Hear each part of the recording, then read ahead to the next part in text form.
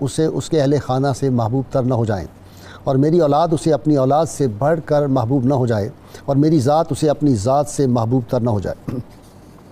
ناظرین کرام، آج ہم ایک ایسے شہید اعظم کا ذکر پاک کرنے کی سعادت حاصل کر رہے ہیں جن کی آمد کی بشارات، جن کی ولادت کی اور جن کے علم و فضل کی اور علمی عظمتوں کی جو بشارت تھی وہ اللہ کے محبوب صلی اللہ علیہ وسلم نے دی تھی۔ ان کو دو نسبتیں حاصل تھیں، ان کو حسنی نسبت بھی حاصل تھی، حسینی نسبت بھی حاصل تھی۔ سیدنا امام حسن علیہ السلام کے یہ نواسے رشتہ میں اور امام حسین علیہ السلام کے پوتے تھے، اور لہٰذا ناظرین کرام امام حسن علیہ السلام کے حسن و جمال کی یہ تصویر بھی تھے، اور پھر امام علی مقام امام حسین علیہ السلام کی شجاعت و بصالت جو تھا اس کی بھی بالکل ایک زندہ تصویر۔ ائمہ اہل بیت جو ہیں ان کے بارے میں میرے عاجزانہ رائے یہ ہے کہ ان کو علم کسبی جو ہے وہ نہیں، بلکہ ان کو تو علم نسبی، اور وہ جو علم کا علم نسبی اور نسبت نسبی ہوتی ہے وہی ان کو علم لدنی عطا کر دیتی ہے۔ یہ دنیاوی بظاہر علوم میں کسی کے محتاج نہیں ہوتے، کبھی کبھار کسی سے اکتساب علم کر لیتے ہیں، لیکن ان کی رگوں میں چونکہ وہ نور نبوت صلی اللہ علیہ وسلم اور جو علوم نبوت ہے وہ ان کی رگوں میں چلے آتے ہیں۔ مجھے یاد آ رہا ہے کہ رحمت کونین صلی اللہ علیہ وسلم نے جب سیدنا علی المرتضیٰ شیر خدا کو یمن کا قاضی بنا کے بھیجا تھا، چیف جسٹس، تو انہوں نے کہا کہ میں تو ابھی بہت ینگ ہوں اور مسائل بہت زیادہ ہوں گے، تو آپ صلی اللہ علیہ وسلم نے سیدنا علی المرتضیٰ شیر خدا کو اپنے سینہ اطہر کے ساتھ لگایا تھا، اور جب چھوڑا تو وہ سارے جو کلزم تھے علوم کے وہ سارے سیدنا علی المرتضیٰ شیر خدا کے پھر سینہ اطہر میں آگے، اور یہی وجہ تھی پھر سیدنا فاروق اعظم جیسا جلیل القدر جو حکمران اور اتنی عظیم ہستی کہتے تھے کہ اگر علی نہ ہوتے تو وہ ہلاک ہو جاتا۔ تو یہ مجھے اللہ تعالیٰ اس وقت زندہ نہ رکھے اس قوم میں جس میں علی نہ ہو۔ یہ ان کے علم اور پھر باب مدینۃ العلم کی شان یہ ہے کہ فتح مکہ کے وقت جب رحمت کونین صلی اللہ علیہ وسلم ان کو اپنے کندھوں پہ اٹھایا تو ایک ہاتھ ساق عرش کو جو تھا وہ چھو رہا تھا اور تحت الثری تک آپ کی نظر جا رہی تھی۔ وہ علوم کے جو سمندر تھے وہ پھر آگے اہل بیت اطہار جو تھے ان کو نصیب ہوئے، اور ان کے قلوب سے ہی وہ علم جو ہے وہ آج تک یہ امت ان سے سیراب ہو رہی ہے۔ آج ہمارے ممدوح شہید اعظم جناب سیدنا امام محمد باقر علیہ السلام ان کا یوم شہادت، آج اس حوالے سے ناظرین کرام رحمت کونین صلی اللہ علیہ وسلم کی یہ جو نسل نور ہے، اللہ تعالیٰ نے ان کو جو عظمت عطا فرمائی، اسی لیے امام باقر علیہ السلام فرماتے تھے وہی ہمارے گھر میں آتی ہے اور ملائکہ ہمارے گھر میں آتے ہیں، اسی لیے حکمران وقت جو ہیں وہ ہم سے حسد رکھتے ہیں۔ تو اللہ تعالیٰ نے ان کو جو خوبیاں عطا فرمائی تھیں، حکمران وقت ہر وقت ان سے لرزہ بر اندام رہتے تھے۔ اس کی وجہ جو ہے وہ اہل علم پہ ظاہر ہے کہ یہ چونکہ دلوں کے حکمران تھے اور اس سے پھر لوگ جو ہے وہ بہت ڈرتے ہیں۔ ظاہری طور پر آپ نے بعض معاملات میں سیدنا جابر رضی اللہ تعالیٰ عنہ، حضرت انس بن مالک سے بھی بعض معاملات میں استفادہ کیا، لیکن امام اعظم و حنیفہ جیسی ہستیاں ان کے شاگرد، امام جعفر صادق جیسے ہستیاں جو ہیں وہ ان کے شاگرد ہیں، ان کی عظمتیں اتنی زیادہ ہیں، اور اللہ تعالیٰ نے ان کو جو تھا وہ علم لدنی اور جس طرح کہتے ہیں لوح محفوظ کو یہ پڑھ لیا کرتے تھے۔ ایک دفعہ جا رہے تھے تو حشام بن عبد الملک جو ہے اس کا دیکھا کہ محل تعمیر ہو رہا ہے، آپ نے کہا جلدی ایک وقت آئے گا کہ یہاں پہ سب کچھ جو ہے وہ لوگ لوٹ کے اینٹیں اور مٹی بھی یہاں کی اٹھا کے لے جائیں گے۔ پھر لوگوں نے دیکھا کہ وہی ہوا۔ اسی طرح ان کے جو علم و فضل کی عظمتیں اور رفتیں ہیں وہ یہ ہے کہ حشام بن عبد الملک جو تھا اس نے ایک دفعہ حضرت نافع، یہ سیدنا عمر رضی اللہ تعالیٰ عنہ کے آزاد کردہ غلام تھے، وہ ساتھ تھے اس کے، تو ان کا ذرا جا کے ان سے سوال تو پوچھیں۔ امام باقر جو ہیں ان کو جو فقیہ مدینہ کہا جاتا ہے اور فقیہوں کے امام کہا جاتا ہے، تو فقہ کے بارے میں ان سے کچھ جا کے سوالات تو پوچھیں، ان کو جواب نہ آئیں تو ذرا ان کو شرمندگی تو ہو۔ انہوں نے جا کے سوالات پوچھے تو وہ بعض سوالات ایسے تھے پوچھنے سے پہلے ہی آپ نے جواب دے دیے، تو انہوں نے واپس آ کے کہا کہ یہ تو اللہ تعالیٰ نے ان کو وہ علوم عطا کیے ہیں کہ یہ تو ہر سوال کا جواب جو ہے وہ اس طرح دیتے ہیں کہ آدمی لاجواب ہو جاتا ہے۔ اسی طرح آج میں اپنے اسکالر حضرات سے ریکویسٹ کی ہے کہ طاؤس یمانی نے جو سوالات کیے تھے وہ آدمی کو چکرا دیتے ہیں، وہ سوالات سارے جب میں نے پڑھے اور جوابات، تو وہ تو میرے اسکالر آج اس کی تفصیلات بیان کریں گے آپ کے سامنے۔ لیکن انکساری اور اس کا عالم دیکھیے کہ حج کے لیے گئے ہوئے ہیں اور حرم کعبہ میں جا کے اتنا رونا شروع کر دیتے ہیں، خادم کہتے ہیں حضرت لوگ دیکھ رہے ہیں، مہربانی کریں ذرا آہستہ روئیں، لوگوں کی سب کی توجہ، اتنا آپ زیادہ رو رہے ہیں اللہ تعالیٰ کی خشیت الہی سے۔ تو کہا کہ لوگ میری طرف دیکھ رہے ہیں، شاید اللہ تعالیٰ بھی میرے رونے کو دیکھ لے، میں اسی لیے تو رو رہا ہوں اس کی بارگاہ میں۔ یہ انکساری اور عجز اور سخاوت کا یہ عالم تھا کہ کبھی آپ نے کسی سائل کو واپس نہیں موڑا کہ اس کو کچھ نہ کچھ عطا آپ نے نہ کیا ہو، اور علمی خیرات تو آپ کی آج تک یہ امت جو ہے یہ بانٹ رہی ہے اور قیامت تک ان کی علم جو ہے بانٹی جاتی رہے گی۔ آپ کی ایک جو کرامت ہے وہ بڑی زبردست ہے، اور میں حضرت مجدد الافسانی کا واقعہ میرے ذہن میں فوراً یہ پڑھ کے آ گیا کہ آپ کو حشام نے جیل میں ڈال دیا تھا، بلا کے مدینہ منورہ سے دمشق میں۔ جیل میں جتنے لوگ تھے وہ آپ کے قریب ہونا شروع ہو گئے، کوئی چوری میں ہے، کوئی ڈاکے میں ہے، ان کی زندگیاں بدل رہی ہیں، وہ اللہ کے ولی بنتے جا رہے ہیں، لوگوں کی زندگیوں میں انقلاب آ رہا ہے، وہ آپ کے خدمت اور آپ کے عقیدت مند اور مرید ہوتے جا رہے ہیں۔ اس کو جب اطلاع ملی، جلدی سے نکالو ان کو اور مدینہ واپس روانہ کر دو۔ لیکن جب روانہ کرنے لگے تو کیا کی. اس نے کہا کہ آرڈر کر دیں جن جن چھوٹے شہروں بستیوں سے گزریں وہاں دکانیں بند کر دی جائیں, کوئی ان کو کھانے پینے کی چیز نہ دے. تو آپ کو جب فاقے کی کیفیت آئی اور پانی تک وہ ختم ہو گیا تو آپ کے ساتھ کوئی 2-4 جو دوست تھے, آپ جا کے ایک پہاڑی پہ کھڑے ہوئے اور وہاں جا کے آپ نے ایک آواز دی. اس کے نتیجے میں بستی کے بزرگ آئے, انہوں نے کہا اس آواز میں مجھے ایسے لگتا ہے جس طرح شعیب علیہ السلام کی آواز تھی, اور جس طرح انہوں نے اپنی قوم سے کہا تھا اگر ان کی آواز پہ تم نے فوری دکانیں نہ کھولیں اور ان کو ضرورت کی چیزیں نہ دی تو اللہ کا عذاب تم پہ آ جائے گا. سارے بستی والوں نے دکانیں کھول دی, ان کی خدمت میں سب چیزیں لے کے آ گئے. تو مجھے ایگزیکٹلی یاد آیا, میں نے کہا یہ مجدد الافسانی, میں ہمیشہ کہتا تھا کہ امام علی مقام کی جو شہادت اور آپ کی استقامت اور آپ کا صبر اور شجاعت جو تھی, اسی نے پھر بعد میں امام ابو حنیفہ بھی پیدا کیے, اسی نے امام احمد بن حنبل کو بھی جو حوصلہ دیا, انہوں نے تکالیف برداشت کی, امام مالک نے تکالیف برداشت کی, اور اسی طرح مجدد الافسانی جو تھے اور مولانا فضل خیر آبادی, گنتے جائیں. یہ جو حق کے راستے میں استقامت ہوتی ہے تو وہ جو انہوں نے دکھائی. آپ کے اقوال جو ہیں اس میں بھی کمال کی حکمت ہے. آپ فرمایا کرتے تھے, کسی نے پوچھا آپ نے حضرت سیدنا عمر رضی اللہ تعالیٰ عنہ سے اور سیدنا صدیق اکبر سے آپ کو بڑی عقیدت تھی, ان کے بارے میں آپ نے یہ بھی فرمایا کہ وہ اماموں کے پیشوا تھے اور اگر کوئی ان کے مرتبے کو نہ پہچانے تو فرمایا وہ سنت نبویہ سے جاہل ہے. میں ناظرین کرام اپنے اسکالرز کے تعارف سے پہلے آج میرے ساتھ ہیں جناب پیر قمر شکور احمد صاحب, ان کے ساتھ ڈاکٹر طاہر امید تنولی اور ڈاکٹر سعید احمد سعیدی. آپ تینوں کو جانتے ہیں. آخر میں منقبت حافظ محمد سہیل نظر سنائیں گے. پیر قمر شکور صاحب کی طرف آتا ہوں. پیر صاحب آپ کی نظر شعر ہے پہلے ریاض قادری کا بڑا خوبصورت, وہ زین العابدین کی جاگتی تصویر دنیا میں, سبحان اللہ, وہی قرآن کی ایک آیا تطہیر دنیا میں, وہی باقر, وہی شاکر, وہی ہادی, وہی رابر, وہی باقر ہے کہ دنیا میں لٹائے علم کے گوہر. جی بسم اللہ الرحمن الرحیم. بہت شکریہ قبلہ, آپ نے ابتدائیہ میں جس انتہائی عقیدت اور خوبصورتی کے موتی حضرت امام محمد باقر علیہ السلام کی بارگاہ میں پیش کیے ہیں, اللہ رب العزت اس پہ آپ کو جزائے خیر سے سرفراز فرمائے. یہ وہ ذات والا شان ہے جن کو اللہ تعالیٰ نے کثیر الجہت شان عطا فرمائی تھی. تاجدار اقلیم ولایت, شاہ سوار میدان علم و فراست, واقف رموز حقیقت, کوکب چرخ امامت, وارث علم رسول, گوہر کان بطور, ولی ابن ولی, امام ابن امام. حضرت امام محمد باقر علیہ السلام کے جو خصائص ہیں اس میں سے ایک عظیم خوبی اور خصوصیت یہ ہے کہ اہل بیت نبوت میں اور ائمہ اہل بیت اطہار میں یہ سب سے پہلی شخصیت ہیں جن کا اسم گرامی آقا علیہ السلام کے بعد محمد تجویز کیا گیا, محمد نام رکھا گیا. آپ 5ویں امام ہیں ائمہ اہل بیت اطہار میں, اور اللہ جل مجدہ الکریم نے آپ کو جو شانیں عطا فرمائی تھیں, کچھ اشارے خوبصورت آپ نے دیے, ان میں سب سے زیادہ جس شان کا اظہار ہوا وہ آپ کی ذات والا شان سے علم کی اشاعت, یعنی بارگاہ نبوی صلی اللہ علیہ وآلہ وسلم سے جو علم کے خزانے امت کے لیے عطا ہوئے, ان کو حضرت مولا علی مرتضیٰ کے بعد خانوادہ نبوت سے جس شخصیت نے سب سے زیادہ تقسیم کیا اور قاسم علوم جو شخصیت ٹھہری وہ حضرت امام محمد باقر علیہ السلام کی شخصیت مبارک ہے.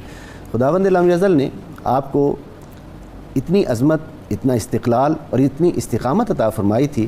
مشہور قول جو ہے آپ کی ولادت باسعادت 1 رجب 57 ہجری کو ہے.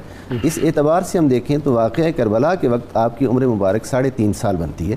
3.5 سال کی عمر میں واقعہ کربلا کی تمام ابتلا, آزمائش اور مصائب کو صبر اور شکر کے ساتھ دیکھنا, اور پھر جس طرح اتنی کم سنی میں مصائب کا انسانی شخصیت پر گہرا اثر پڑتا ہے اور شخصیت کی ساخت اور ساکھ مجروح ہوتی ہے, اس کو اللہ تعالیٰ نے اپنی شان کریمی سے بچایا اور محفوظ رکھا, اور آپ کی ذات پاک پر کوئی منفی اثر آپ ان اثرات کا حالات و واقعات یوں بھی تو اہل بیت اطہار محفوظ ہے نا ہمارے عقیدے کے مطابق. بلا شبہ وہ محفوظ ہیں. تو آپ کی شخصیت مبارک جو ہے وہ اسی طرح امت کے لیے نافع اور فائدہ رساں ہوئی جیسی حضور علیہ السلام نے آپ کے لیے بشارت عطا فرمائی تھی حضرت جابر بن عبداللہ انصاری رضی اللہ تعالیٰ عنہ کے ذریعے. اور میں پوری روایت نہیں بیان کرتا, صرف ایک جملے میں اشارہ دینا چاہتا ہوں کہ حضور علیہ السلام کی ذات پاک نے خاص طور پر اپنے اس عظیم المرتبت صحابی رضی اللہ تعالیٰ عنہ کے ذریعہ سے آپ کا نام لے کر آپ کے لیے سلام حضور علیہ السلام نے فرمایا تھا. نام تو رسول اللہ صلی اللہ علیہ وسلم نے آقا علیہ السلام نے متعین اور مقرر فرمائے. یہ اتنا بڑا اعزاز ہے جو ائمہ اہل بیت اطہار میں سلام کا خاص طور پر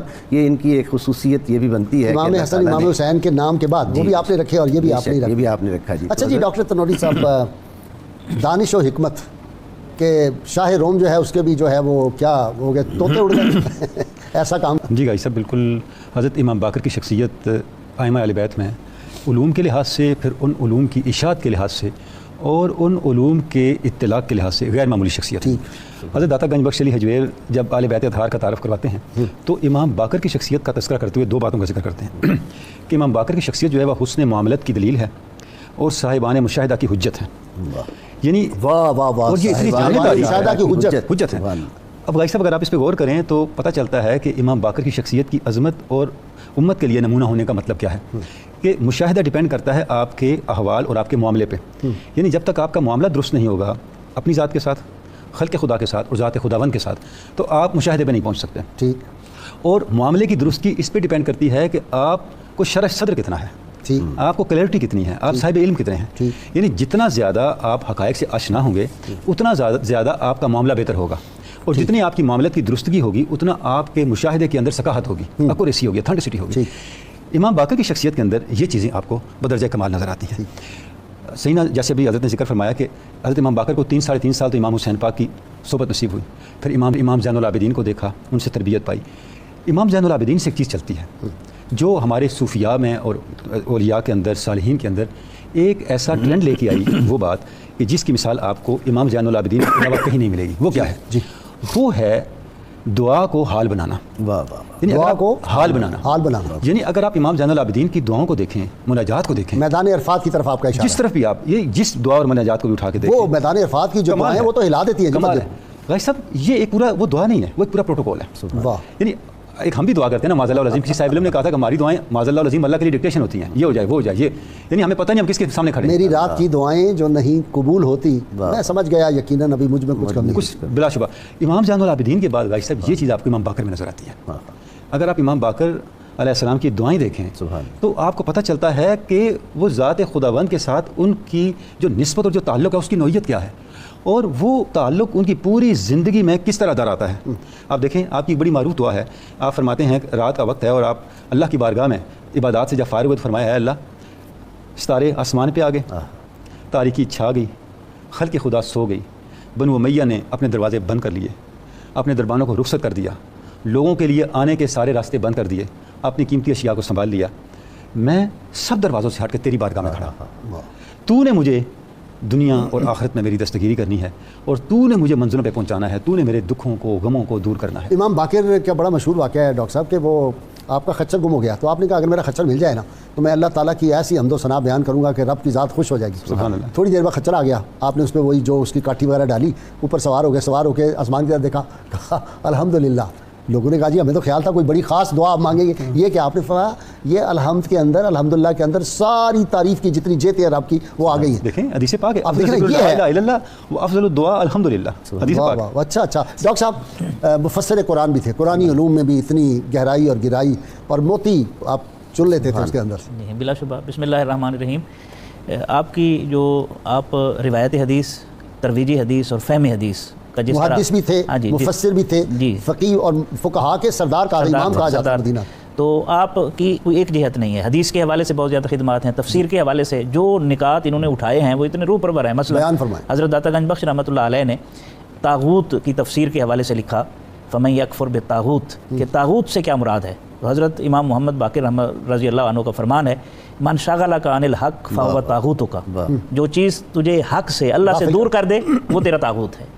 اب یہ اتنی گہری بات ہے، اتنی جامع، اتنے سے لفظ میں وہ مال بھی ہو سکتا ہے، وہ رشتہ دار بھی ہو سکتے ہیں، وہ خواہشات بھی ہو سکتی ہیں، کائنات کی ساری وسعتیں جو ہیں وہ ایک جملے کے اندر سمیٹ کر رکھ دی ہیں.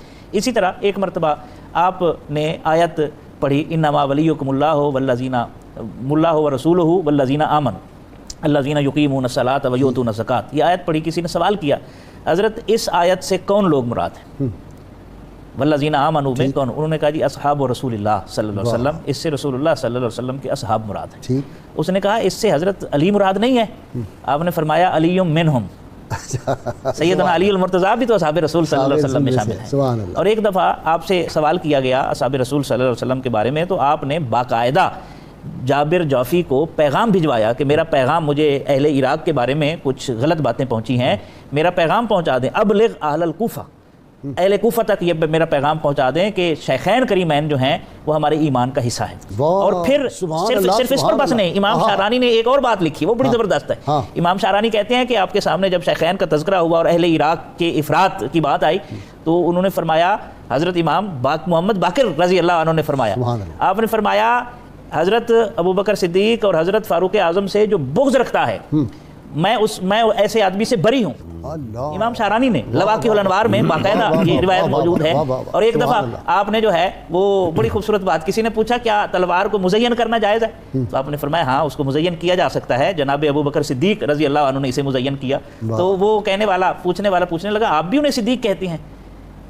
راوی کہتے ہیں کہ واسبہ وسبتن, آپ جھپٹے اس کی طرف, قبلہ کی طرف رخ کیا اور فرمایا نام صدیق, ہاں میں انہیں صدیق کہتا ہوں, اور جو ان کو صدیق نہیں کہتا اللہ اس کی ہر بات کو دنیا میں بھی اور آخرت میں بھی جھوٹا کرے گا. اللہ, یہ محبت صحابہ کرام سے, ان کی صحابہ کرام سے. تو یہ ایک پہلو تو یہ جی آپ کی شخصیت کا, جہاں تک جو حدیث کے حوالے سے میں عرض کر رہا تھا, امام بخاری نے بھی آپ سے حدیث روایت کی ہے, امام مسلم نے بھی آپ سے حدیث روایت کی ہیں, اور آپ کے شاگردوں میں امام زہری کی شخصیت جو ہے وہ نظر آتی ہے, اور حاضر دماغی اتنی کہ آپ سے کچھ سوال کرتا جاتا تھا اور آپ بلا تکلف جواب دیتے چلے جاتے تھے. مثلا کسی نے پوچھا جناب یہ کیا ہے کہ قتل میں 2 گواہ ہیں اور زنا میں 4 گواہ ہیں, حالانکہ قتل بڑا جرم ہے, تو آپ نے فرمایا قتل میں 1 مجرم ہوتا ہے, زنا میں 2 مجرم ہوتے ہیں. واہ کیسی حاصل. واہ. اچھا جی پیر صاحب, وہ جو سوالات ہیں نا اس کے طاؤس یمانی کے, وہ مجھے تو چکرا دیا. جب میں سوال پڑھتا تھا میں کہتا تھا اس کا جواب کون دے سکتا ہے جی, اور پھر وہ کمال. جی کچھ وہ آپ فرما دیں.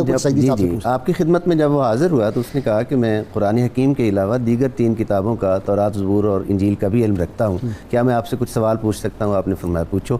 تو اس نے یہ کہا کہ وہ کون سا رسول ہے جس کا قرآن حکیم میں ذکر ہے لیکن وہ نہ انسانوں سے ہے نہ وہ جنات سے ہے؟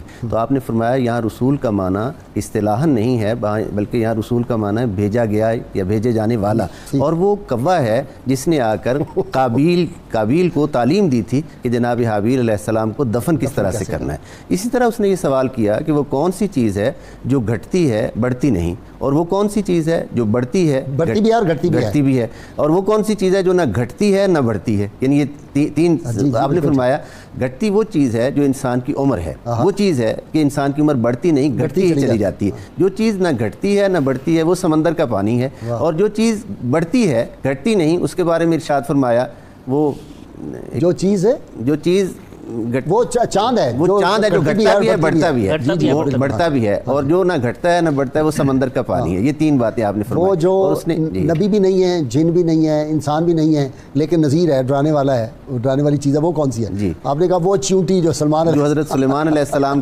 کے لشکر کی خبر بتائیے. یہ سوال صرف سوال اگر ہوں, یہ تو جواب امام پاک نے فرما دیا, ایک دفعہ چکرا نہیں جاتا. یہ اگر ہم آپ کی شخصیت کو اور آپ کے حلقہ درس کو دیکھیں تو اس وقت آپ وہ علوم پڑھا رہے ہیں جو کائنات میں کہیں نہیں پڑھائے جاتے, کسی کتاب میں نہیں ملتے. سب سے پہلے وہ علوم آپ کی ذات پاک ہے جو پڑھا رہی ہے, اور ان علوم کی آپ شرح بھی بیان کرتے ہیں, سوالات بھی بیان کرتے ہیں. السلام علیکم.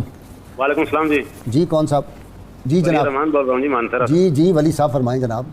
مانسیرا کے علاقے میں ہمارے پاس بھی ایک ولی بیٹھا ہوا ہے آج. سلامت رکھے. جی ڈاکٹر تنوری اسی علاقے میں ہوتا ہے. جی سر سوال یہ ہے کہ سرکاری ملازمین جو بینکوں سے ایڈوانس سیلری کے نام پہ قرضہ لیتے ہیں, جی ٹھیک ہے جی میں سمجھ گیا آپ کا سوال. ایڈوانس قرضہ جو لیتے ہیں وہ جائز ہے کہ ناجائز؟ آپ پوچھ رہے ہیں, پوچھ لیں گے. جی نیکسٹ. السلام علیکم. وعلیکم السلام ورحمۃ اللہ وبرکاتہ. جی احمد رضا کر رہا ہوں جی راول پنڈی سے. جی فرمائیں میرے بھائی سوال. حضور پہلے تو بات یہ ہے کہ آپ کو, آپ کی پوری ٹیم کو, بالخصوص 92 نیوز کو جو اہل بیت اطہار کی طرف سے انعام ملے گا روز محشر میں, اس میں ایک قطرہ احمد رضا کا بھی ہوگا. ماشاءاللہ ماشاءاللہ ماشاءاللہ. فرمائیں. ایک قطرہ دے دیں گے آپ ہمیں. اللہ خیر انشاءاللہ. اللہ آپ کو دین و دنیا کی نعمتیں عطا فرمائے. تو ایک بات کنفیوژن ہوئی ہے, آپ نے ابھی ارشاد فرمایا کہ امام باقر پاک کی عمر جب جنگ ہوئی تھی, جب کربلا ہوئی تو 3.5 سال, کربلا میں اس میں 3.5 سال. تو یہ میں پوچھنا چاہتا تھا واقعہ کربلا میں امام باقر پاک موجود تھے؟ جی موجود تھے. جی نیکسٹ. جی السلام علیکم. جی اختر صاحب فرمائیں. جی السلام علیکم. وعلیکم السلام. جی بھائی صاحب آپ کو اور تمام علماء کرام کو جو میری طرف سے بہت عاجزانہ سلام. جی ضرور. وعلیکم السلام ورحمۃ اللہ. سوال فرمائیں. جی سوال میرا چھوٹا سا یہ ہے کہ جس طرح کی قربانی کے ایام چل رہے ہیں اور بڑے فضائل جو ہے نا بڑے باریکی سے جو پیش کیے جا رہے ہیں, تو میرا چھوٹا ہے کہ جو کبھی دل میں جو خیال آتا ہے کہ جس طرح کے جو بندے ہیں نا وہ اللہ کی نافرمانی کرتے ہیں, نماز اور یہاں تک کہ رمضان شریف کے روزے بھی نہیں رکھتے ہیں, ٹھیک ہے, تو وہ جب یہ قربانی کر لیتے ہیں تو وہ سب کے سب ان کے وہ معاف ہو جائیں گے جس طرح قربانی. اچھا ٹھیک ہے جی میں سمجھ گیا. نیکسٹ. جی السلام علیکم. وعلیکم السلام ورحمۃ اللہ وبرکاتہ. جی فرمائیں بھائی. بھائی صاحب میاں غلام مرزا گوجری ڈاکٹر پارٹی سے پروگرام ہے. جی فرمائیں سوال. بھائی صاحب میں آپ کا پروگرام بہت پسند کرتا ہوں ماشاء اللہ, روزانہ کا پروگرام دیکھتا ہوں. مہربانی. بڑی ہمیں اہل پیدا تہار کی بڑی فضل ہے دلوں میں. بسم اللہ سوال فرمائیں. معاملہ قربانی کے حوالے سے یہ ہے کہ کوئی مادہ کی قربانی کرتا ہے, مادہ گائے کی یا بکرے کی, وہ حاملہ تھی تو پتہ نہیں چل سکا, تو اس کی قربانی جب ہو جائے ہوگی پتہ چلے حاملہ تھی تو اس کے بارے میں کیا حکم ہے؟ ٹھیک ہے جی پوچھ لیتے ہیں. جی ناظرین کرام وقفہ ہو گیا, درود پاک پڑھیں گے, میں بھی آپ بھی سنیں گے, ہمارے ساتھ رہیے گا. اللهم صل على سيدنا ومولانا محمد وعلى سيدنا علي وسيدتنا فاطمة وسيدتنا زينب وسيدنا حسن وسيدنا حسين وعلى آله وصحبه وبارك وسلم اللهم صل على سيدنا ومولانا محمد وعلى سيدنا علي وسيدتنا فاطمة وسيدتنا زينب وسيدنا حسن وسيدنا حسين وعلى آله وصحبه وبارك وسلم وسيدنا زينب وسيدنا حسن وسيدنا حسين. ویلکم بیک ناظرین کرام. جی پیر صاحب انہوں نے سوال پوچھا تھا, آپ بتا دیں کہ جی نماز بھی نہیں پڑھتے, روزہ بھی نہیں رکھتے, قربانی لوگ دے دیتے. نماز اور روزہ اپنی جگہ پہ فرض ہیں اور قربانی صاحب نصاب پہ اپنی جگہ واجب ہے. اس طرح وہ عبادات ہیں, یہ بھی عبادت ہے. چاہیے تو یہ کہ نماز مقدم ہے وہ پڑھیں, روزہ رکھیں, لیکن قربانی اگر دی جائے تو قربانی تو ہو جائے گی اور اس کا ثواب بھی اس کو ملے گا. جی تنولی صاحب آپ بتا دیں, وہ کہہ رہے ہیں کہ یہ جو ایڈوانس لیتے ہیں ملازمین اپنے محکمے سے پہلی تنخواہیں, اس کا کیا ہے؟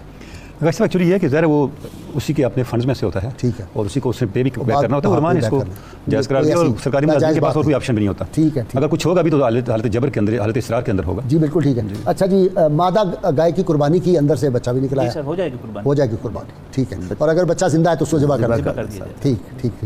جی پیر صاحب آپ کو گفتگو فرما رہے تھے. نہیں ڈاکٹر تنولی صاحب وہ جو حضرت عمر بن عبدالعزیز رضی اللہ تعالیٰ عنہ کی جب پاس گئے, امام باقر تشریف لے گئے تو وہ بھاگتے ہوئے باہر آئے. جب پتہ چلا امام صاحب اندر لے جائے, بٹھایا, بڑی عزت تکریم دی, اور حضرت عمر بن عبدالعزیز نے کہا مجھے کوئی نصیحت کیجیے. وہ ہے نا ذہن میں آپ کے, وہ نصیحت ہے کہ نہیں؟ نصیحت آپ نے کہا کہ نصیحت یہ ہے تم حکمران ہو, جو بڑی عمر کا ہو اس کو اپنے باپ کا درجہ باپ سمجھنا, جو تمہارے برابر ہو اس کو اپنا بھائی سمجھنا, جو چھوٹا ہو اس کو اپنی اولاد سمجھنا.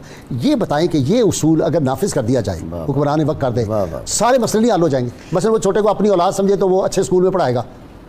یہ جو بیچارے وہ اسکول جہاں نہ پھٹی نہ بستہ نہ کوئی چھت, آپ نے دیکھا بعض علاقے ایسے ہیں جہاں درختوں کے نیچے کلاسیں لگتی. ویسے ایکچولی مسئلہ یہ ہے, وہ جہاں سے ہم نے بات شروع کی تھی نا کہ امام باقر حسن معاملت کی دلیل کامل ہے. سبحان اللہ. حسن معاملہ جب آ جائے گا, یہ جو آپ نے نصیحت فرمائی عمر بن عبدالعزیز کو, حسن معاملہ کی تو ایک نظیر ہے, اسی کا ایک اصول ہے کہ جب آپ اپنی معاملت کو درست کر لیتے ہیں تو آپ کے انفرادی مسائل ہوں یا قومی مسائل, وہ حل کی طرف چل پڑتے ہیں. اور امام باقر کی شخصیت علوم کے اس درجے پہ ہے کہ جو بھی مسئلہ ان کے سامنے آ رہا ہے اس کو اس انداز سے بیان فرمائیں گے, اس کا ہر اس انداز سے دیں گے. وہ آیت پڑھے نا, آپ سنا دیتے ہیں ہم استحکام دیں گے جو خدمت کرے گا. بالکل آپ نے درست فرمایا, یہ قرآن مجید کا اصول ہے کہ نفع بخشی کے اندر بقا ہے. ہاں کیا آیت کیا ہے؟ اما سورہ راہ کیا مبارک ہے, واما ما ينفع الناس فيمكث في الارض, کہ جو بھی خلق خدا کے لیے نفع بخشی کا سبب ہوگا اس کی حفاظت اللہ کے ذمہ ہے. اللہ رب العزت اس کو زمین میں دوام دے دیتا ہے. بھائی صاحب ایک بڑا اہم پہلو جس طرح میں اشارہ کرنا چاہوں گا, یعنی عوام کو جو سہولتیں میسر کرے گا, اس سے مراد یہ ہے راحت میسر کرے گا. جس طرح بھی آپ کا اختیار ہے اس اختیار کو دوسروں کے لیے نفع بخشی اور سہولت کا ذریعہ بنائیں. ٹھیک. دوسروں کے لیے آزار کا ذریعہ نہ باعث نہ بنائیں. ٹھیک. بھائی صاحب امام ابھی آپ سوالات پوچھ رہے تھے قبلہ پیر صاحب سے, تو امام باقر کی شخصیت کا جو علوم کا فہم ہے اور ان کا جو بیان ہے اس والے سے ایک چیز بڑی امپورٹنٹ جس طرح میں اشارہ کرنا چاہوں گا. آپ کی بارگاہ میں کوئی شخص آیا اور اس نے کہا حضرت ہمیں اس بات کی سمجھ نہیں آتی کہ اللہ نے ہمیں پیدا کیا, وہی قادر مطلق ہے, وہی فیصلے کرتے ہیں ہم نے کیا کرنا ہے, اور بعد میں ہماری گناہوں پہ ہمیں سزائیں ہوتی ہیں, اس کی کیا حکمت ہے, یہ سمجھ نہیں آیا. آپ نے فرمایا اللہ اتنا کریم ہے, اللہ اتنا رحم فرمانے والا ہے, اللہ کی شان سے یہ بعید ہے کہ وہ کسی شخص کو گناہ پہ مجبور بھی کرے اور بعد میں اس کو عذاب بھی دے. یہ اللہ کی شان سے بعید ہے. تو اس سے شخص نے کہا حضور بات یہ انسان یا تو مجبور ہے یا صاحب اختیار ہے, اور تو کوئی راستہ نہیں ہے. فرمایا تم اللہ کی تقدیر کو سمجھے نہیں. یہ جو مجبور ہونا اور صاحب اختیار ہونا ہے، اس کے درمیان بھی اتنی منزلیں ہیں. فَهِيَ أَوْسَعُ مِمَّا بَيْنَ السَّمَاءِ وَالْأَرْضِ، کہ زمین اور آسمان کے درمیان وسعتوں سے بھی زیادہ وسیع ہے. اللہ. غازی صاحب اگر آپ قرآن مجید کی روشنی میں دیکھیں اور اب آگے جب آ کے امام پاک کے اس فرمان پہ اہل علم نے گفتگو کی ہے، ایک عجیب نقطہ اہل علم نے شخص کیا ہے کہ مسلمان کی زندگی کیا ہے. جب آپ کچھ کر لیتے ہیں تو آپ کہتے ہیں ماشاء اللہ، ٹھیک. جب کرنا ہوتا ہے تو کہتے ہیں انشاءاللہ. یہ مسلمان کی زندگی ہے. اس کا مطلب کیا ہے؟ قرآن مجید میں ہے وَلَا تَقُولَنَّ لِشَيْءٍ إِنِّي فَاعِلٌ ذَلِكَ غَدًا إِلَّا أَن يَشَاءَ اللَّهُ، مت کہو میں کل یہ کروں گا اور یہ کروں گا یہ کروں گا مگر وہ جو اللہ چاہے. آپ کو نہیں پتا کہ آپ کے لیے اللہ نے کتنے ان گنت امکانات چھپا کے رکھے ہوئے ہیں. سبحان اللہ. لا تدری لعل اللہ یحدث بعد ذلک امرا. تمہیں ایک چیز نظر آ رہی ہے، ہو سکتا ہے خدا اس سے کوئی نیا امکان پیدا کر دے، اس سے کوئی نیا صورت طلاق ہے اور کوئی نیا امکان پیدا کر دے. اللہ کی اس علامہ نے کہا کہ اگر تقدیر نو خواہی رواست، زیرا کہ تقدیرات حق لا انتہاست. میں تو کہتا ہوں والے بیت تھار کا یہ فیض علامہ کو ملا ہے. علامہ فرماتے ہیں تم ایک تقدیر سے تنگ ہو، اللہ سے دوسری تقدیر مانگ لو، اس کے بعد تیسری مانگ لو، کیونکہ اللہ کی تقدیریں اتنی زیادہ ہیں کہ ان کو شمار نہیں کیا جا سکتا. اس کے خزانے اتنے وسیع ہیں ان کو شمار نہیں کیا جا سکتا. اور پھر میں تو ایک اور ڈاکٹر صاحب طالب علمانہ اپنی گزارش کرتا ہوں کہ رب کو جب مانگ رہے ہو تو اس کے خزانوں کے مطابق مانگا کرو. سبحان اللہ. غازی صاحب امام باقر کا کتنا احسان ہے ہم پہ.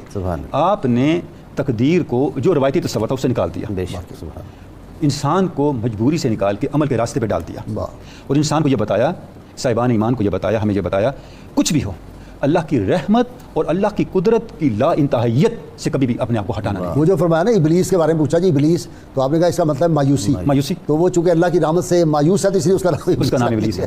کہ آپ نے اللہ کی رحمت سے مایوس نہیں ہونا. اور دعا کا ہتھیار، دعا مومن کا ہتھیار ہے، دعا ہم نے ہر وقت اپنے پاس. سبحان اللہ. اور جس سطح پہ آپ نے دعا کو بیان کر دیا ہے، اور یعنی کہ اس کو ایک حال کے طور پہ بیان کر دیا. واہ واہ واہ. کر کے دکھایا. جی ڈاکٹر صاحب آپ کی فکر کی عظمت، آپ کی شخصیت کے حوالے سے کئی پہلو ڈسکس ہو رہے ہیں ماشاءاللہ. کچھ وہ جو اس کے تھے سوالات طاؤس یمانی کے کچھ رہ گئے ہیں وہ بیان جی میں عرض کر دیتا ہوں.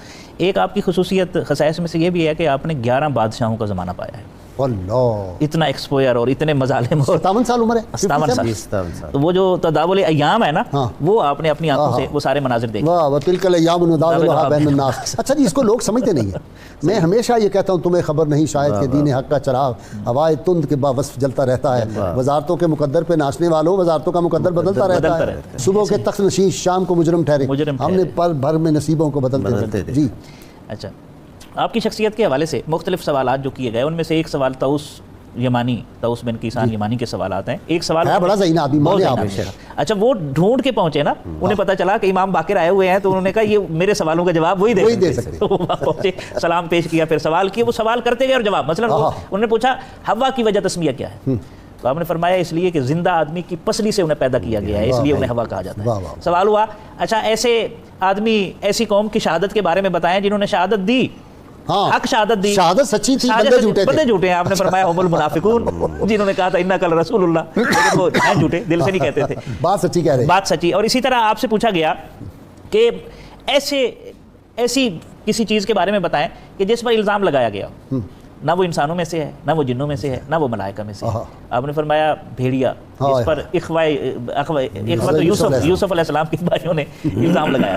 اچھا، اسی طرح ایک یہ طاؤس ابن کیسان کے سوال ہیں، اور اس کے علاوہ کچھ اور سوالات ہیں جو ایک پادری نے کیے، راہب نے کیے. اس نے پوچھا ایسا وقت بتائیں جی جو نہ دن میں شمار ہوتا ہو نہ شام میں شمار ہوتا ہو. آپ نے فرمایا طلوع فجر کے بعد کا جو وقت ہے، جس میں بے سکون کو سکون ملتا ہے اور دکھی کو آسانی ملتی ہے. پوچھا اچھا پھر یہ بتائیں جنت کی نعمتیں آپ کہتے ہیں ختم نہیں ہوں گی، کوئی اس کی مثال؟